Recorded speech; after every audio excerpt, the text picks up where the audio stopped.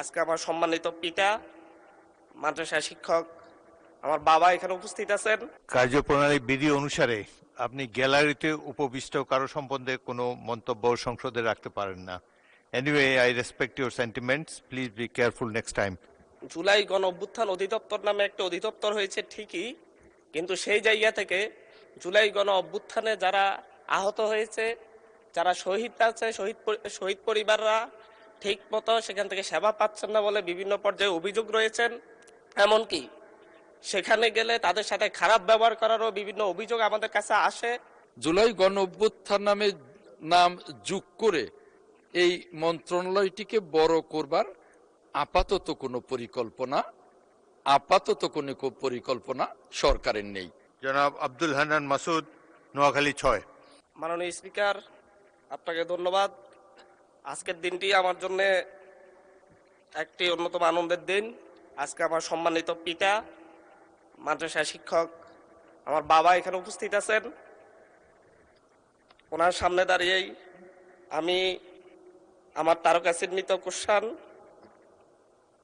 94 সংসদে উপস্থাপন করছি। মাননীয় সদস্য, কার্যপ্রণালী বিধি অনুসারে আপনি গ্যালারিতে উপবিষ্ট কারো সম্বন্ধে কোনো মন্তব্য সংসদে রাখতে পারেন না। Anyway, I respect your sentiments, please be careful next time. মাননীয় মন্ত্রী। মাননীয় স্পিকার, আপনাকে ধন্যবাদ। জুলাই গণ অভ্যুত্থানের সঠিক ইতিহাস সংরক্ষণ ও জুলাই গণ অভ্যুত্থানে শহীদ পরিবার এবং আহতদের কল্যাণার্থে ইতিমধ্যেই জুলাই গণ অভ্যুত্থান অধিদপ্তর নামে একটি মুক্তিযুদ্ধ বিষয়ক মন্ত্রণালয়ের অধীনে একটি অধিদপ্তর প্রতিষ্ঠিত হয়েছে। জুলাই গণ অভ্যুত্থান নামে নাম যোগ করে এই মন্ত্রণালয়টিকে বড় করবার আপাতত কোনো পরিকল্পনা সরকারের নেই। ধন্যবাদ মাননীয় স্পিকার, আপনার মাধ্যমে ধন্যবাদ মাননীয় সংসদ সদস্য। আব্দুল হান্নান মাসুদ একটি সম্পূরক প্রশ্ন করতে পারেন।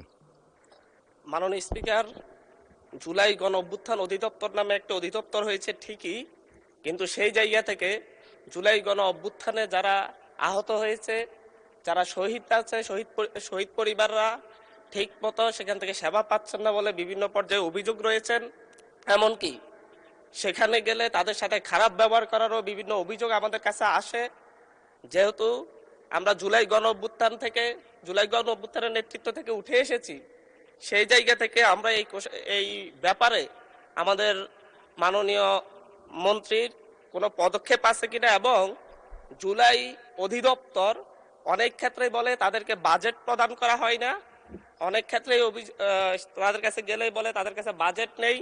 জুলাইয়ে যারা অংশগ্রহণ করেছে, জুলাই যোদ্ধা এবং শহীদ পরিবারের জন্য যে বাজেট সরকার দিয়েছে সেটা দেওয়ার মতো, এই বাজেটগুলো নিয়মিত দেওয়া হবে কিনা, কি পরিমাণ বাজেট দেওয়া হবে, এবং সেই জায়গায় যে হয়রানির কথা আমরা শুনতে পাচ্ছি, জানতেছি, এই ব্যাপারে কোনো পদক্ষেপ নেওয়া হবে কিনা। মাননীয় মন্ত্রী।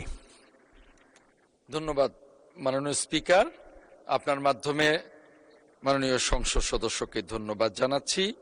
আপনার মাধ্যমে মাননীয় সংসদ সদস্যকে জানাতে চাই, আমাদের সরকার, মাননীয় প্রধানমন্ত্রী জনাব তারেক রহমানের সরকার মাত্র 2 মাসও এখনো হয়নি।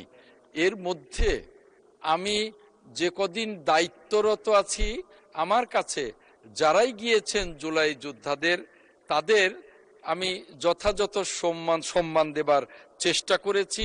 আমি আপনার মাধ্যমে মাননীয় সংসদ সদস্যকে আশ্বস্ত করতে চাই,